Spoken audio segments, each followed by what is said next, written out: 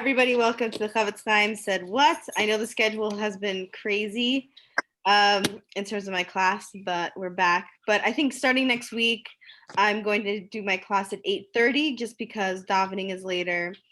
And the day just goes by so quickly. So next week and for the next few months, I think it'll probably be at 8:30. All right. Okay. So Q&A. Let's see.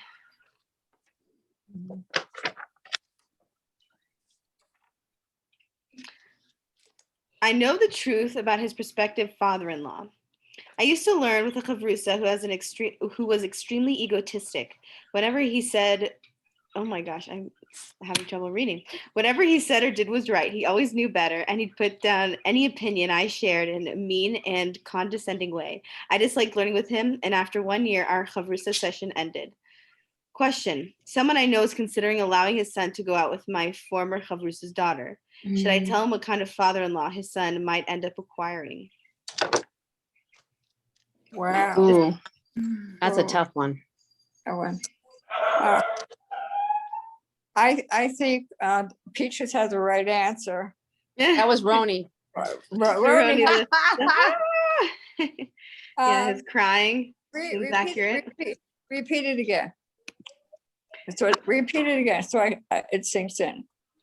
So the question is, someone had a chavrusa, a partner they were learning with, Right. and they were rude to them, and the chavrusa session ended, and now someone that this person knows is considering allowing their son to go out with this chavrusa's daughter. So they said, should I tell him what kind of father-in-law his son might end up acquiring? What exactly is she have to do with like a chavruta with the father-in-law? It's a shidduch between the two kids. It's a shidduch between the two kids. What's that have to do with any kind of experience with bad chavruta, with bad learning? Because it's their family member, it's their parent. I know, right. But it's a family member. It's not. They're not marrying the family member. They're marrying the daughter. I understand where you're coming from. I personally think that when you marry someone, you definitely marry their family. They will figure out that the father-in-law is a kind of a person that know it all better than it, but that's his issue. And it's a chavruta issue. I don't think that has to do with a shidduch. Okay, so I see a point here to be made is that it could just be that this is how he is while he's learning. It doesn't mention that, outside of learning that he's rude and condescending. So I think that point is definitely a point to be made. Does anyone disagree and think that it should be said, or something should be said? I kind of do in one way. I think if there's one item that you can bring up in particular, and if it would resolve in a constructive purpose, then you could bring that up and say, okay, this is what, this is A. You don't have to go A, B, and C, but, and then gives the person some insight. Because sometimes knowing a little bit helps you as you're going into a relationship, and you do marry the entire family, not just the one person. We all know that, whether you like it or not. So if there's one item that sticks out that they feel they would do a constructive purpose, I would do that. I love how you mentioned constructive purpose. Tell us, right? Is there a constructive purpose for giving over this information? So I think that's a great point to be made. Is there a constructive purpose? And we're saying, yeah, there probably is a constructive purpose. When you marry somebody, you're going to hopefully be around their family members. They're influenced by the people who are around them, hopefully for the better. And it's good to know information about the family, this happens to be negative information. So in which giving over negative information has to be given over if it's for a constructive purpose, truly for a constructive purpose. Sometimes we say in a shidduch situation to not just give over negative information unless specifically something is asked. So if someone is making a shidduch call, so they're calling someone and they're asking about the prospective match, they usually will have to, if someone shouldn't be willing to give over the negative information, but if someone says, does this person have anger issues, the person has to be honest, even if it is negative, even if they do say, yeah, I have seen, God forbid, this person has anger issues, then that negative information has to be given over. In which case we're saying this information is going to be willingly given over. So I think this question is a lot more complicated. So is it okay if I read the answer, or does someone else have something to say? No, read the answer. Yeah, read the answer, because I'm thinking if it's for toilet, yes, and it's if it's something that someone who have an anger problem, definitely yes. But that's more of, I think, like an ego problem with learning. So that's more of an ego problem. Right. This could be specifically with learning, or it could be this person actually is very egotistic and nobody wants a mother-in-law, father-in-law, in any type of in-law, any type of relative. I mean, depending how close you are. I mean, we don't get to choose our family, but we love them. Then if it is an issue of this person actually is a very rude person, you don't know what I guess in this case it's the daughter. I don't know. I keep thinking son. What the daughter will be like, So, so you're saying, oh, it could be constructive if we're talking about an anger issue, but in this case, it could just be learning. Like while he's learning, he's rude and condescending. So it might not be to LS, but Shelley might disagree with you and say, being rude and condescending is something that should definitely be told about the person, and I believe it is a 2LS, which is very interesting. So let's see. It depends. If you enjoy describing your former chavrusa's many flaws, you can't be sure that your only purpose is a constructive one. And we actually spoke about this last class, and Marlo was there, right? And Sharon was there. So, right? This is my last class? Can't remember. I was there. And we were saying that if you are trying to rebuke somebody, or you're giving over information about them, and even if it could potentially be helpful to give over this negative information, and there's a little part of you that sort of wants revenge for something they've done, and you actually might enjoy giving over this negative information, then it is forbidden to give over this negative information, even if it could potentially be good. So they're saying if this person's like, oh, a little part of me really wants to tell someone how obnoxious he was to me, can't do it. You have to have the correct, pure intention while giving it over. You would have to get rid of any negative feelings towards your former chavrusa before speaking. It's probably a very difficult thing to do, and just know, like, hey, I'm doing this just so that I could give over this information, and hopefully protect someone from a potential shidduch if it's not meant to be. And if it is meant to be, then Hashem's going to make it work out anyway, b'ezras Hashem. If you can't do that and the information can be obtained from someone else, it's better to refer the questioner to the neutral source. So if this friend who has the son is asking, oh, hey, I know that you used to learn with the guy. Is there anything that I should know, because my son may go out with the daughter, and there's a part of this chavrusa, I mean the guy who's gonna be giving over the information, that wants to say, oh yeah, you know what, I can't wait to just spill the beans about this guy. I've been holding in this lashon hara, but I finally get to say it for a constructive purpose. No, has to take all that out and say, all right, let me just get my feelings together. And if you can't do that, then say, you know what, I know you could speak to somebody. Here's someone you could speak to that he might have had a negative experience with them, or whatever. But I definitely say that if someone does not have good midos, if they are not kind, then I believe it is for a constructive purpose to give over that information. Me personally, I would like to know. I would like to know for myself, for whoever I'm going on a date with, about. I don't need to know every detail about their parents, but I'd like to know that they're good people with good mitos and they're kind and they're giving, and hopefully their son is just like that. So, Amen. all right, wonderful. I think that was a Yes. really good question. That was a lot. Was a lot deeper than I expected. All right, amazing. I always love those questions. They're great. So the last, I should just turn my alarm for the class. I keep snoozing it for some reason. All right. So last time we spoke about, we really reviewed a lot of Principle 4. I just went back to the beginning of Principle 4 since it's been a while, and now we're going back into it. Basically part 2 of Principle 4, which we already went through a few weeks ago, I believe, a little while ago. So we spoke about somebody who is an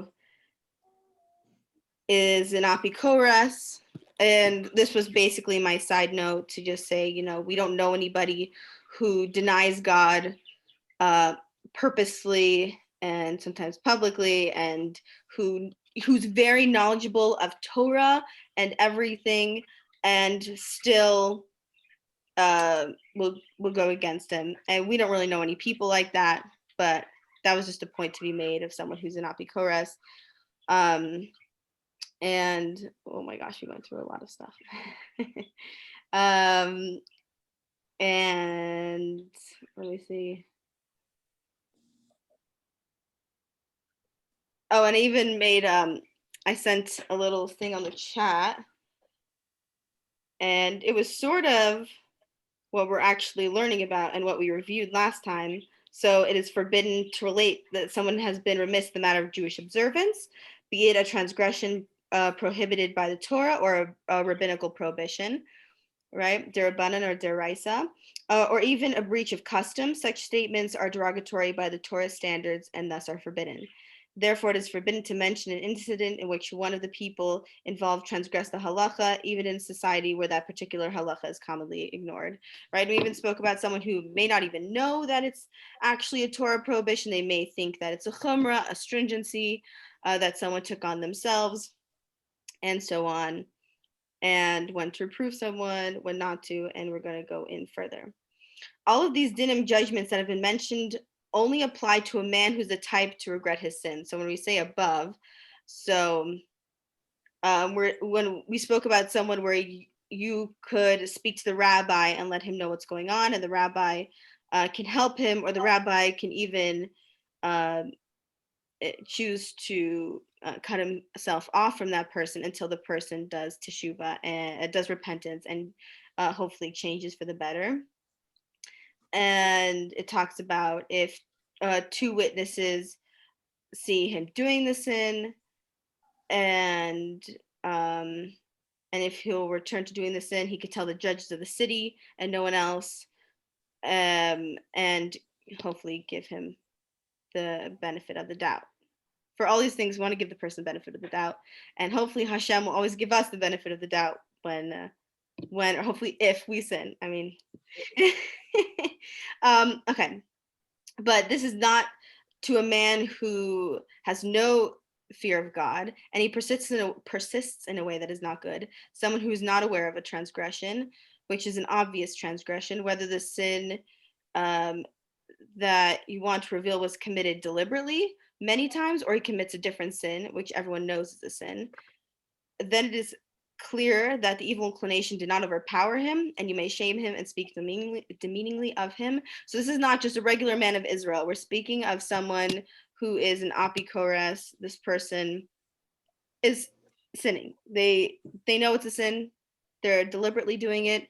It wasn't just because they had just a moment and they sinned. And we spoke about someone who, if someone's a tzaddik, if you see them the next day, you have to assume that they've already done teshuvah. If you the next day after the sin, you have to assume that they have already done teshuvah for their sin. So they're saying in this case, maybe not so much. And it says, and if he does something that could be judged on the scale of merit or guilt, he could be judged in the scales of guilt, since he has shown that he is an evildoer. Especially so if someone reproved him and he did not stop the sin, then you can expose him to the public and spill scorn upon him until he returns to good. When the Beis Din, which is the Jewish court, tells a man a certain din, a certain judgment involving a positive commandment, whether it is ben adam lechavero, does anyone remember what that is? It's between a man and his friend, and ben adam lemakom. Does anyone know what that is? Testing people right now.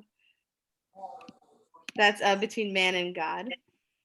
Makom actually means place, but we use it as God.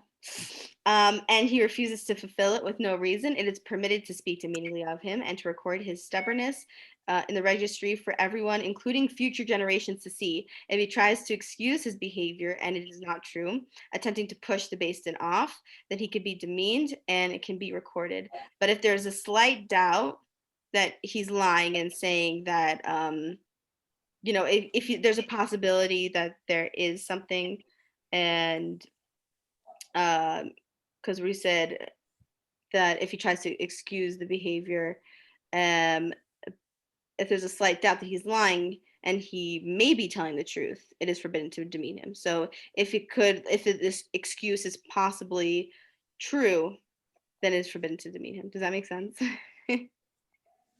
All right. So in section 3 and 4, we learn that it's forbidden to demean one's friend and point out his negative traits, since it would be degrading, even if it is true, which is lashon hara, especially if it's true. Who knows if he repented already, right? We said that about a tzaddik, but who knows about a regular man of Israel? Even if it seems that he does not feel bad or bitter about what he's done, it is forbidden to berate him. Maybe he does not understand the severity of the Isser, of the prohibition. Sometimes even Torah scholars do not regard evil traits as a grave Isser, a grave prohibition. If they knew the true gravity of the prohibition, they would exert all their efforts to avoid doing it ever again. So one should reprove him and explain the gravity of the prohibition, which is a positive commandment. So, because it says in Vayikra, reprove shall you reprove your neighbor. And it is possible that he will admit he is wrong. And at the time, his way was just in his eyes, as it says in Mishlei.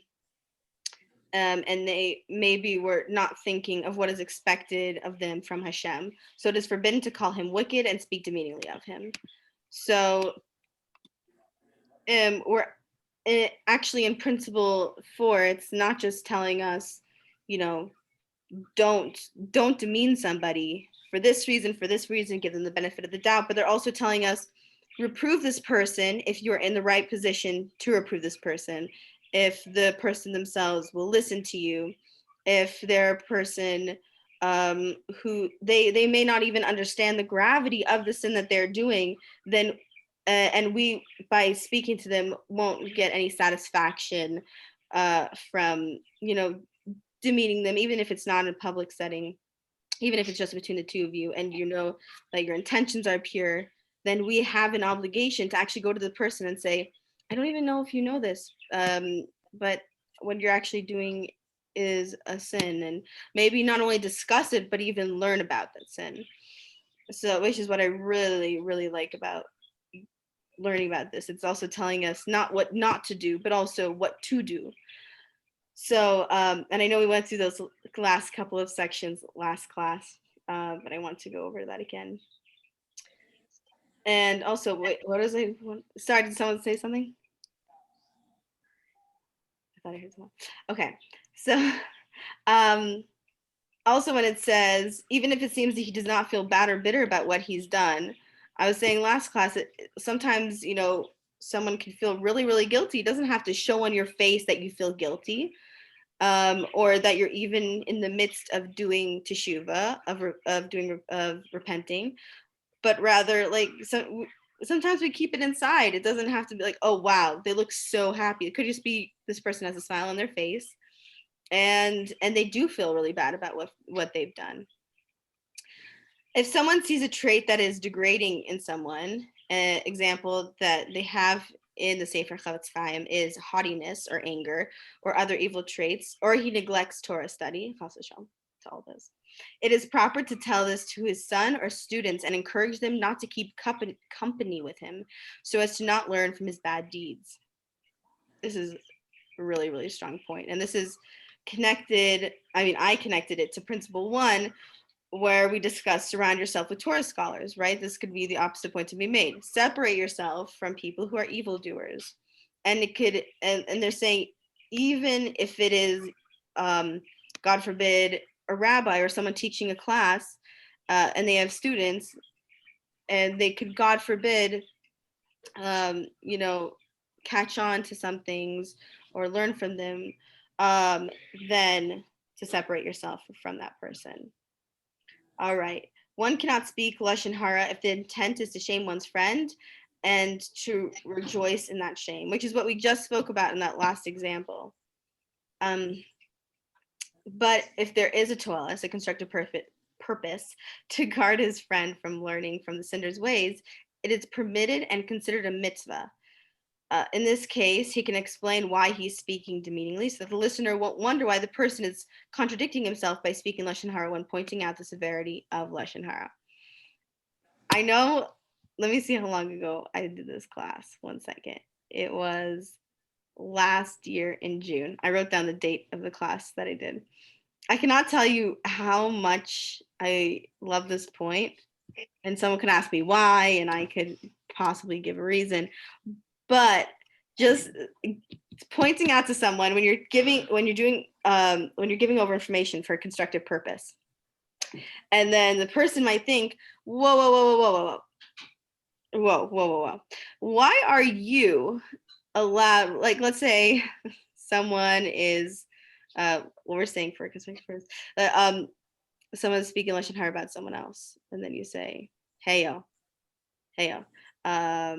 this is wrong, right? You reprove them. And it could even be a situation where you're just giving over information to someone else, and they said, all right, Mariah, you teach a Shmiros HaLashon class. Why are you allowed to tell me Lashon Hara, but you always say that you're not supposed to say Lashon Hara? I'm calling you out right now, okay? So it's to make a point and say, all right, I'm giving over this information, and I'm giving over this information for a constructive purpose. So that, because it's saying, the listener would wonder why are you contradicting yourself by speaking Lashon Hara when pointing out the severity of Lashon Hara, right? I don't know why I love this point so much, but I love this point every time I read it. Okay. If someone wishes to bring a friend into his affairs, like hire from work, or go into a partnership or make a match with him, even if up until now he's only heard positive things about him, he could still make inquiries about the person's character and dealings, right? This is for a match when it comes to, like it's saying here, for business, personal, right? This is your life, your livelihood. Then even though they may tell him something negative about that person, it is permitted, since his intent is for his good alone, so that he will not afterward come into injury or strife or desecration of God's name, God forbid. He must state why he's making the inquiry so that there's no fear of Isser, because he has no desire to demean him. He is not allowed to believe the answer, but he must hear the answer to protect himself, right? We always say when you give over information, latuelas, the person should know that they should not believe the information, but they should be cautious and do research. The intent has to be to tell the truth and not demean him, even and especially if it is true. The answer cannot be exaggerated beyond the truth and other details that are permitted, that are pertinent to the inquiry. So what point did I want to make on this? Oh my gosh, wait, I wanted to make a point and I forgot it. 1 second, it's going to come to me. I know the class is over. So we once had an example where a woman said, I want to make I want to call about this guy that my daughter might go on a date with, and I know that my nephew knows this guy. If I call him up and say that this is for a shidduch, I know he'll only say positive things. But if I call him up and I don't say it's for a shidduch, I know he'll be honest with me. And for me, it will be a constructive purpose. But does anyone know where there could be a problem with that? I know many of you, almost all of you, I think, were in that class and have heard this example before. Does anyone know where the issue is with that? Well, it's deceitful because you're not being totally honest as to why you're asking the question, because it's only halfway. You have a reason for it. It's not just to say, hey, I know this person, how are they, so on and so forth. So I would think it has deceitful and it wouldn't be honest. Right, that's definitely a point. Yeah, and then Marla, were you saying something? I was going to say the same thing that she said. Oh, so yeah, amazing. It's about the honesty of the reason, for what you're doing. Yeah. Right. There's a point of being honest. And also, he doesn't know it's for a constructive purpose. So what is he doing? Even though she is saying, I'm not going to believe this information. I just want to know it for a constructive purpose. Does he know it's for a constructive purpose? No, he doesn't know it's for a constructive purpose. So in fact, you're placing a stumbling block before a blind person, right? And you're causing him to sin because he doesn't know it's for a constructive purpose. So he's just giving over Lashon Hara. Right? So she is not really doing it for a constructive purpose. So her constructive purpose is, in fact, her toeles is right there. The constructive purpose is to know information about this guy for her daughter. But he doesn't know that, right? He doesn't know it's for a constructive purpose. So he is, in fact, sinning, even though technically, if she just said, this is for a constructive purpose, it wouldn't be a sin. It wouldn't be a sin at all. So they're saying here that you're allowed to get this negative information. If you only heard positive information, but this is really important, it's a shidduch, it's a job. You're allowed to get information, even if the information is negative. Don't believe the information. Be cautious. But you're allowed to get this information.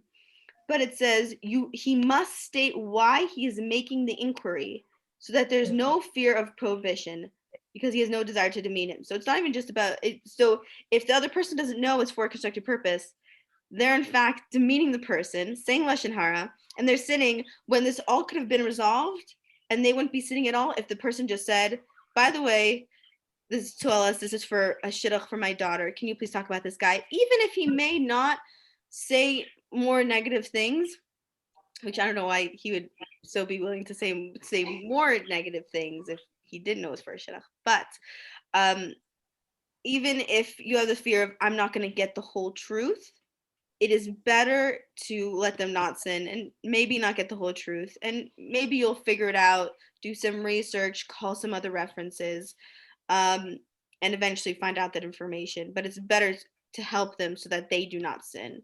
And it's actually saying here, he must state why he's making the inquiry. So it's not just, oh, it's for a constructive purpose, I'll just ask them this information, it'll be good. You have to let them know, by the way, this is for this and this reason. It is for a constructive purpose. All right. So I do want to end on that point. And also the other point it makes is you cannot exaggerate. So even if, you add in a lot to whatever the phrase was, he's in, like, this guy's in debt. He is in a lot of debt, God forbid. That makes a very big difference. It doesn't matter how much you exaggerate or change the phrasing, but that cannot be done. All right. We are on 12. If someone can help me remember, note to self, I'm relying on you. All right. Great class. Yeah, Rivka, you remember it. She's my note to self. So what's today, the 26th? Yeah, 26th. All right. So I'm writing down, I'm making a point here that we're going to be going on section 12, but everyone, thank you so much for joining. Oh my gosh, this is actually the last part And then we were on Principle 5. I don't even think we started Principle 5 months Yay! ago. Yay, okay. Yay! Thank you, everybody, for joining. I really appreciate it. Thank you, Circa. Thank you, Shmiros. And Thank you, it's gonna Andat. be Thank you, and Marla. it's Thank you, Marla. Thank you, honey.